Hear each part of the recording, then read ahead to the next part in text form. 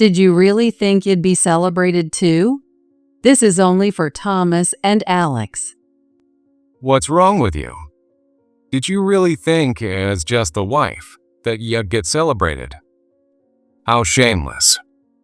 What was supposed to be a celebration after giving birth had no place prepared for me, and instead, Grace demanded that I cook for the guests.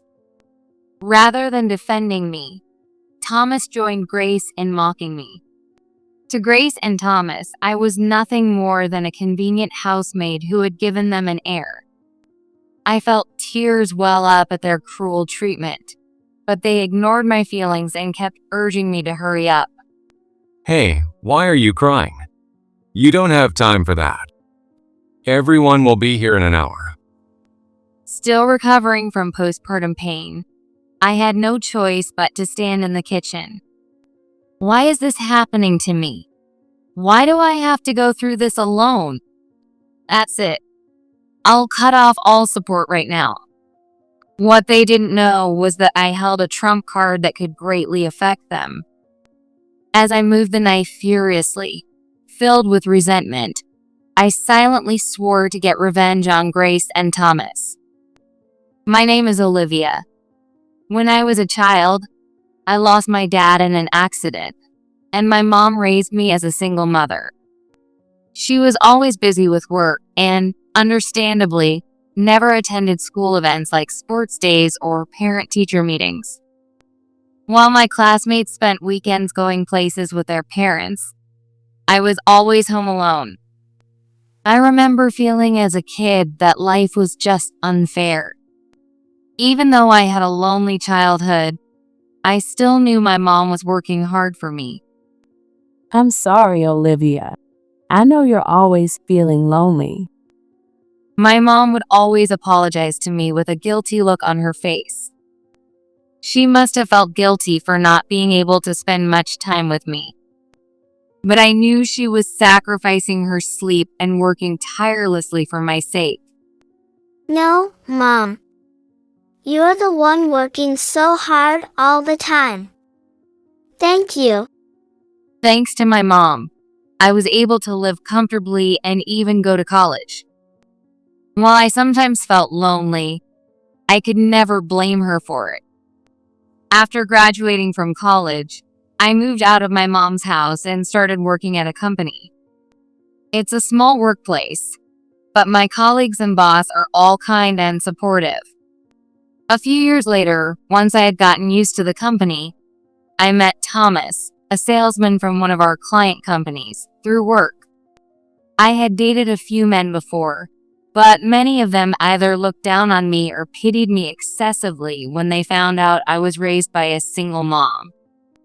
However, Thomas, despite being a graduate of a prestigious university and having an impressive career, never acted superior or treated me differently because of my background. It didn't take long for me to realize that Thomas was different from anyone I had met before, and I quickly found myself falling for him. Mom, Dad, this is my girlfriend Olivia. After we had been dating for a while, Thomas introduced me to his parents, Grace and Paul. Well, so you're Olivia. I've heard so much about you from Thomas. Grace seemed to have a bit of a strong personality, while Paul, sitting next to her, was less talkative but appeared to be a kind and gentle person. Grace and Paul appeared to welcome our relationship and were so eager about it that they started asking when we'd get married. All my friends already have grandkids. I can't wait to see a grandchild of my own. Although I couldn't help but smile wryly at Grace talking about grandkids before we were even married, I was relieved that they were supportive of our relationship. Eventually, Thomas and I had our wedding and became husband and wife. It'll be more convenient to live nearby in case anything happens, right? With those words from Thomas, we decided to live in an apartment close to Grace and Paul's house. At the time, it seemed like a reasonable idea, but it turned out to be a mistake. After we moved, Grace started visiting frequently without notice. What's more, She would let herself into our home even when Thomas and I weren't there. Thomas had given her a spare key without discussing it with me, so she could come and go as she pleased. She would open the fridge without asking or start cleaning the living room. Olivia, don't you think you're slacking off on housework just because you're working? The house was messy, you know. When I came home tired from work, there was Grace, lounging on the couch like she owned the place. Just seeing her face made my exhaustion hit even harder. Sure, there were probably areas where I had been neglecting housework because of my job. But no matter how much she considered it her son's home, this was still a separate household. Having her barge in and do whatever she wanted only left me feeling upset and frustrated. Well, Grace, could you please let us know before visiting next time? Why would I need to do that just to visit my son's house? I tried to politely ask her to notify us before coming over, but she clearly didn't like the idea. If I don't keep an eye on things, you'll just neglect your chores, won't you? If you can't keep up with housework, you should quit your job and focus on supporting Thomas. Paul works for a major bank and is incredibly busy.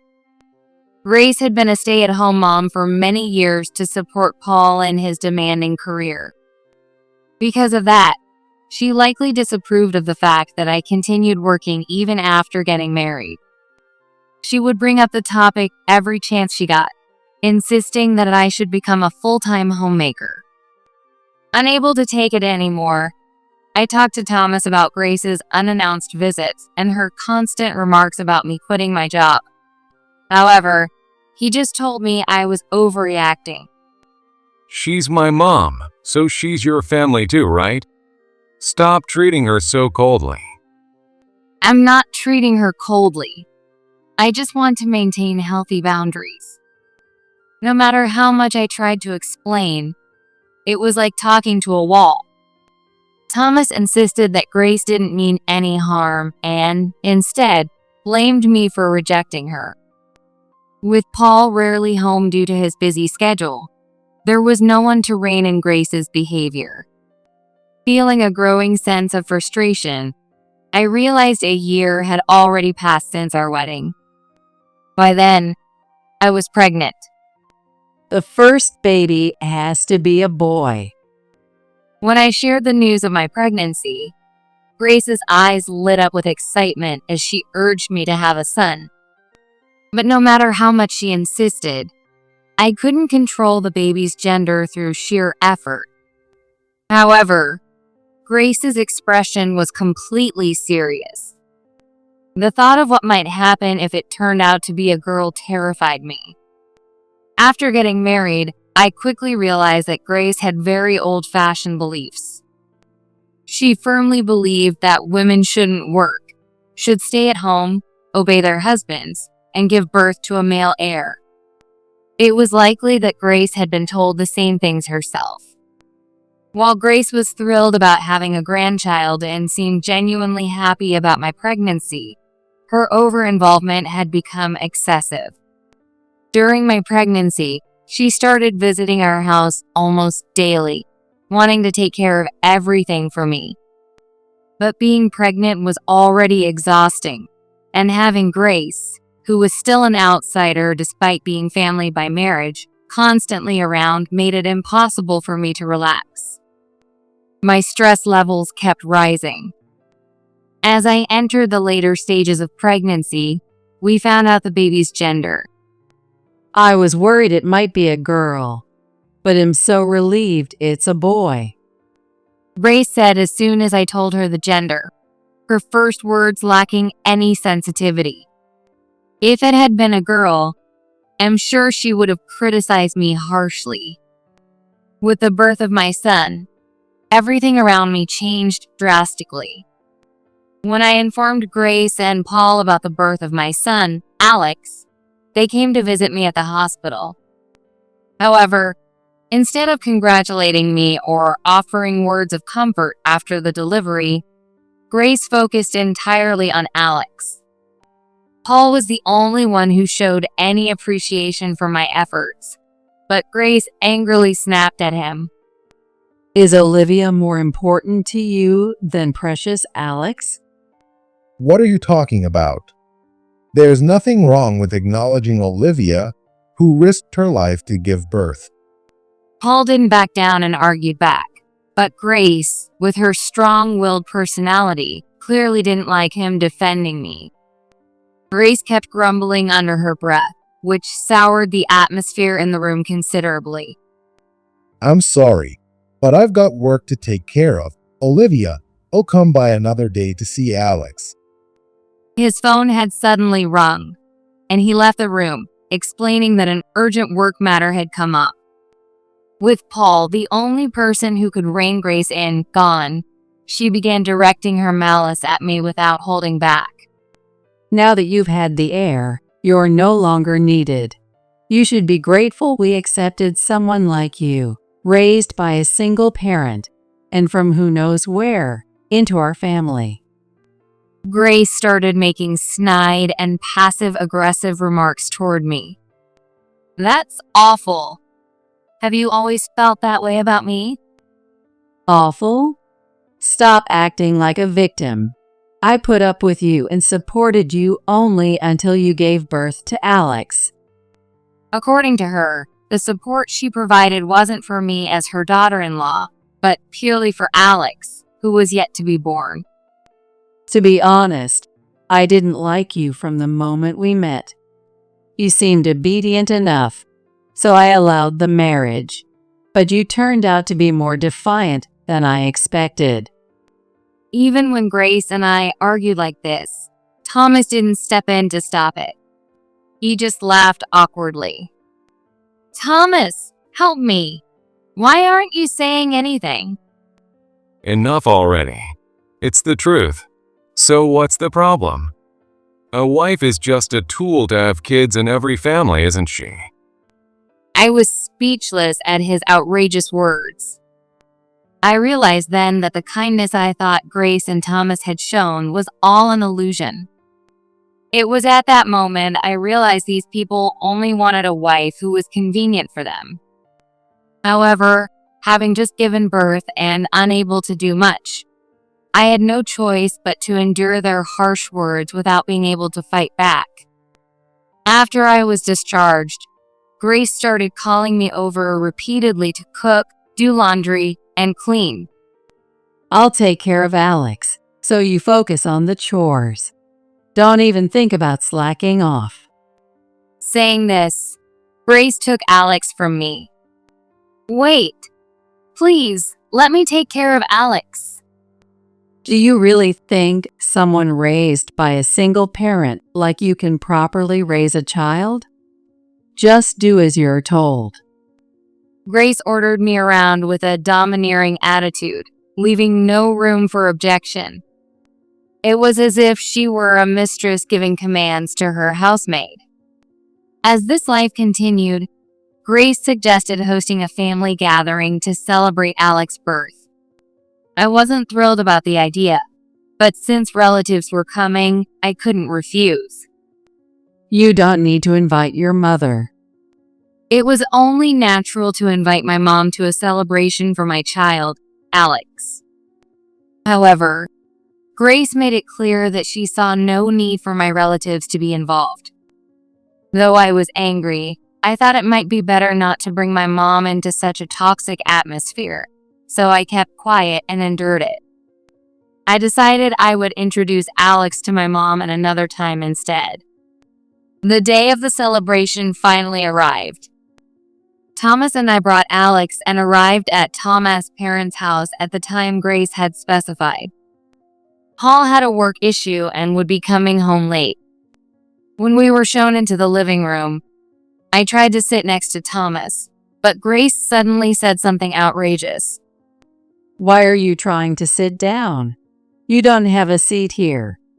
Stop dawdling and get to work. Work? What are you talking about? Having not been told anything in advance, I was completely confused. You're preparing the food. With a malicious smirk, Grace took Alex from my arms as she always did. Preparing food? But today is supposed to be a celebration for Alex's birth. That's right. Did you really think you'd be celebrated too? This is only for Thomas and Alex. What's wrong with you? Did you really think, as just the wife, that you'd get celebrated? How shameless. Rather than defending me, Thomas joined Grace in mocking me. Come on, get moving already. You're so slow.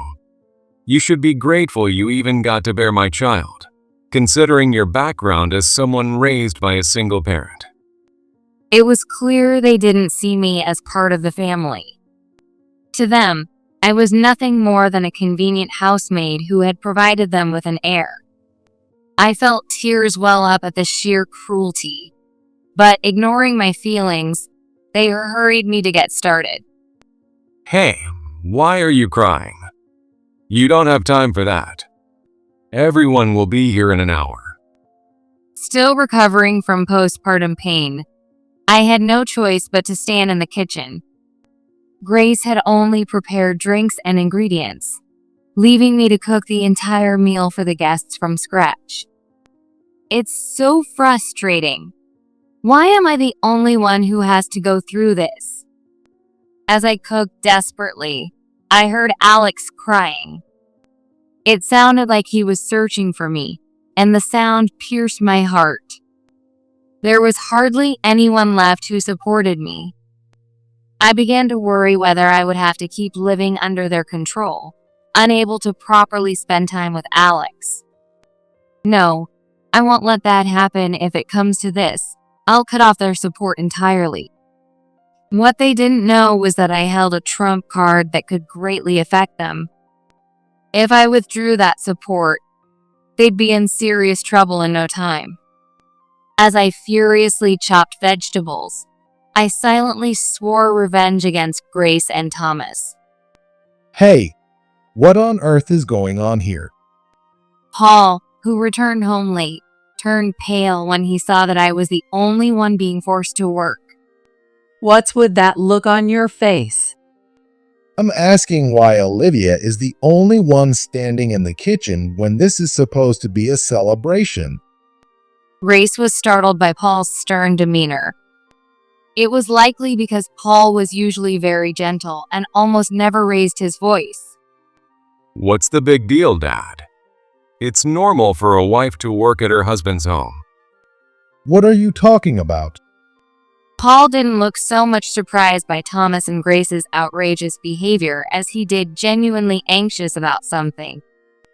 While the gathered relatives murmured, I walked up to Paul with determination and said firmly, I'm sorry, but I'm cutting off all support. Out of everyone present, Paul was likely the only one who understood the full meaning of my words. What are you talking about? What support? What power do you think you have? Stop joking around. The two of them, accustomed to looking down on me, didn't take anything I said seriously. But Paul's face turned even paler. Please, Olivia, let's talk. No, I've had enough of being exploited by these people. I firmly told Paul my decision, then picked up Alex, who had been lying in the living room, and left the house. Wait, where do you think you're going? Olivia, don't you dare do this. Behind me, I could hear Grace hysterically shouting and Thomas' confused voice, but I didn't look back even once. I immediately hailed a taxi and gave the driver my home address. Once I got home, I quickly packed my and Alex's belongings into a large duffel bag before Thomas could return. I filled out the divorce papers I had prepared earlier, leaving them on the living room table. Those divorce papers were something I had obtained in frustration after a previous fight about Thomas and Grace, keeping them as a sort of safeguard.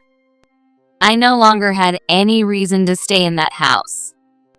Carrying my belongings and carefully placing Alex into his baby carrier, I got back into the taxi waiting outside and headed to my mom's house. On the way, I called my mom and briefly explained the situation. Despite her busy schedule, she was waiting outside the house with a worried expression when I arrived. You've done so well to endure this for so long.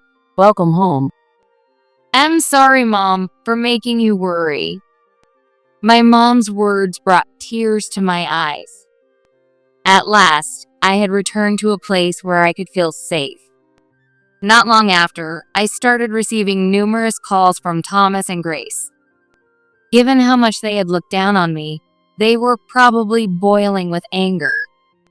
It was obvious that if I answered, it'd only be scolded condescendingly. You don't need to answer those calls. Just block their numbers. My mom, who was playing with Alex, said that with a mischievous smile. I realized she was right, so I blocked Thomas and Grace's numbers, as she suggested. They would surely be furious when they realized they were blocked, but I no longer cared.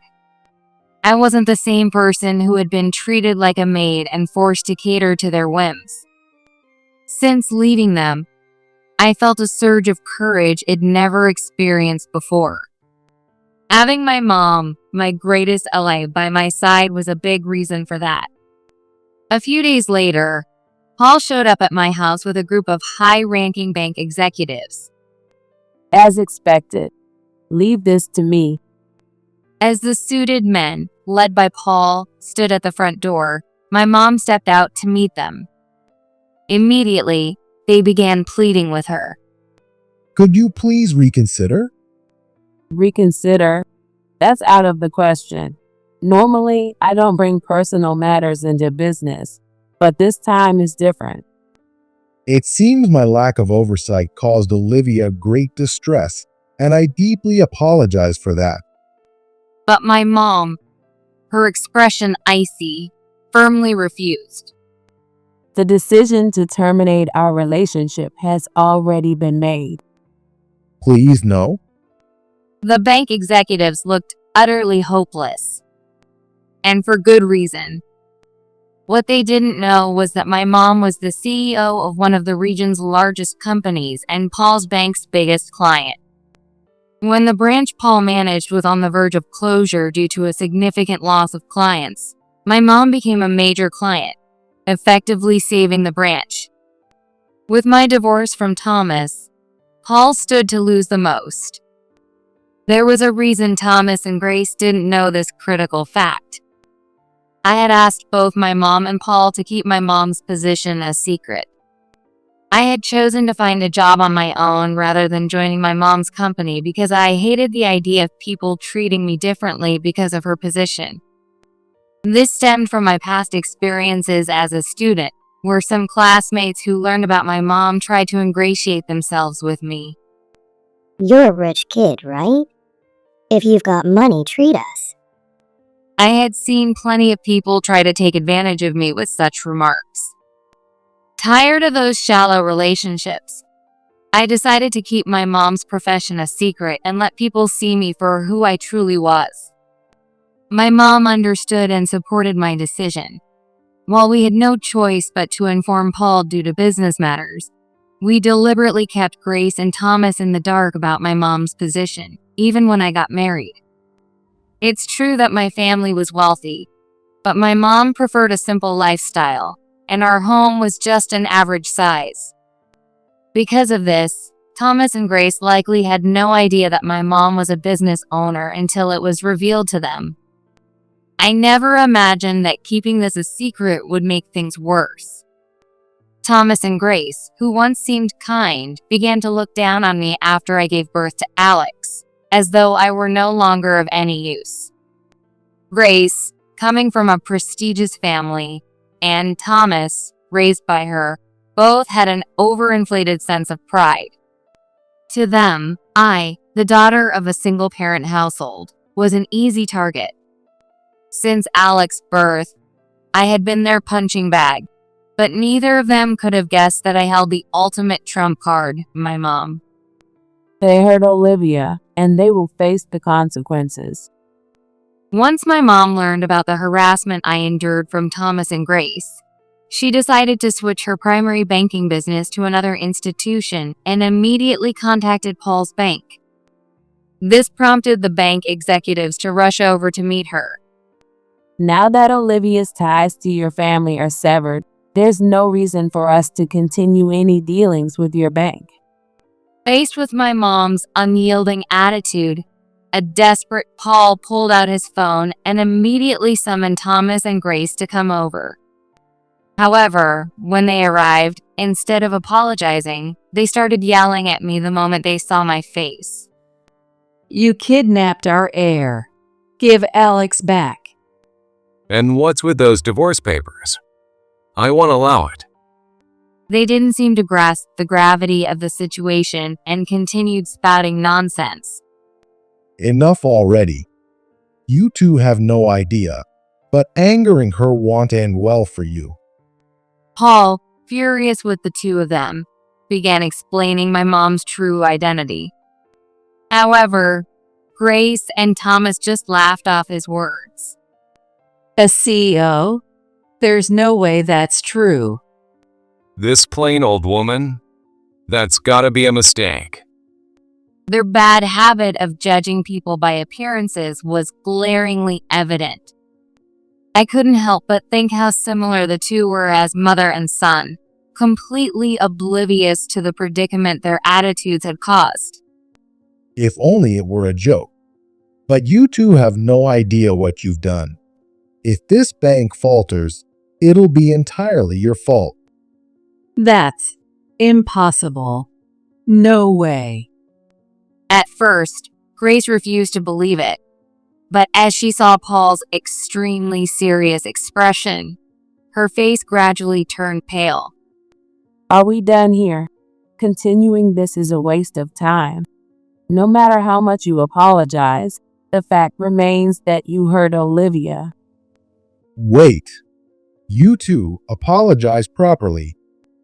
With a terrifying expression, Paul grabbed Grace and forcibly made her apologize to my mom. Excuse me? Aren't you apologizing to the wrong person? Even then, my mom maintained her cold demeanor. You're only apologizing because you've learned about my position. But the one you should truly apologize to is Olivia. Mom? I hadn't been able to talk to her before, thinking it would only worry her. But when I returned home looking defeated with Alex in my arms, my mom understood everything without me needing to say a word. Sensing my mom's anger, Grace finally seemed to realize the gravity of the situation she had landed herself in. This is all a misunderstanding. I was just testing to see if you were suitable as my daughter-in-law. I never bullied you. A test? Even now, Grace shamelessly tried to defend herself with a ridiculous excuse. Yes, I know it must have been tough, but it was all an act. And of course, you passed. So don't worry about the past. Just come back. From now on, let's get along like real family. With a forced smile, Grace brazenly insisted on her story. Her blatant change of attitude left me speechless. But while Grace tried to smooth things over, Thomas said something even more outrageous. Ridiculous. Stop sucking up to some female CEO. It's pathetic. Thomas sneered at both Paul and Grace. He likely thought this situation didn't concern him directly. You really have no idea, do you? Paul said with a sigh of exasperation. Just then, a phone started ringing loudly. Who's calling on a day off? It seemed to be Thomas' phone ringing, and muttering under his breath, he answered the call. To his surprise, the caller turned out to be an executive from his company, and Thomas' expression instantly shifted to one of nervous tension. What have you done? The furious voice on the other end was loud enough for us to hear. What do you mean? Thomas responded in a trembling voice. He still didn't seem to understand why he was being yelled at. In reality, my mom's company was a major client of the company Thomas worked for. It seemed the executives were calling to confront Thomas about what offense he had committed, as his careless behavior had completely ruined a deal the sales department had spent 3 years securing. Don't come back to the office until you've gotten the CEO's forgiveness. No way. The call ended abruptly. Thomas was left stunned, unable to process what had just happened. Olivia, I was wrong. Please forgive me. He suddenly turned to me, apologizing frantically. It seemed he finally realized his position at the company was at risk. Gone was his smug attitude from moments ago. Now he was desperately apologizing to me and my mom. His dramatic shift was so absurd that I couldn't help but laugh. It's too late. No matter how many times you apologize, I can't forgive you. This conversation is over. Goodbye. With that, my mom and I shut the front door firmly in their stunned faces. Afterward, my mom agreed to continue doing business with Paul's branch on the condition that Thomas accept the divorce and grant me full custody of Alex. As for Thomas' disciplinary action, it was left to the company to decide, and he was given an ultimatum by his superiors.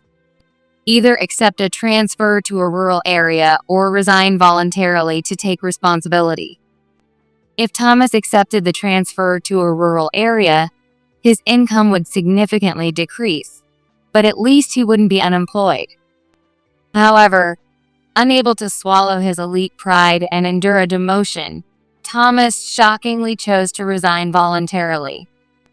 I'm talented. I'll find another job in no time.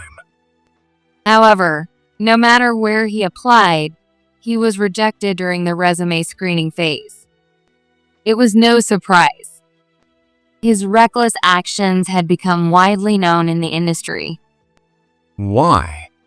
How could someone as elite as me end up like this? In the end, the only work available to Thomas was manual labor, and he begrudgingly continued with the unfamiliar tasks, all the while blaming me and my mom for his downfall. Paul promised that Thomas and Grace would never see me or Alex again.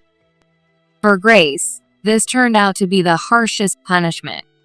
Unable to see Alex, she became so devastated that she reportedly started isolating herself at home. As for me, although I became a single mother, I returned to my previous company and continued working hard every day for Alex. There were times when I shared my worries with my mom, wondering if the absence of a father figure might affect Alex, but she reassured me with a confident response. Even with one parent, you grew up wonderfully. There's no need to worry. My mom's words gave me the determination to protect Alex no matter how tough things got.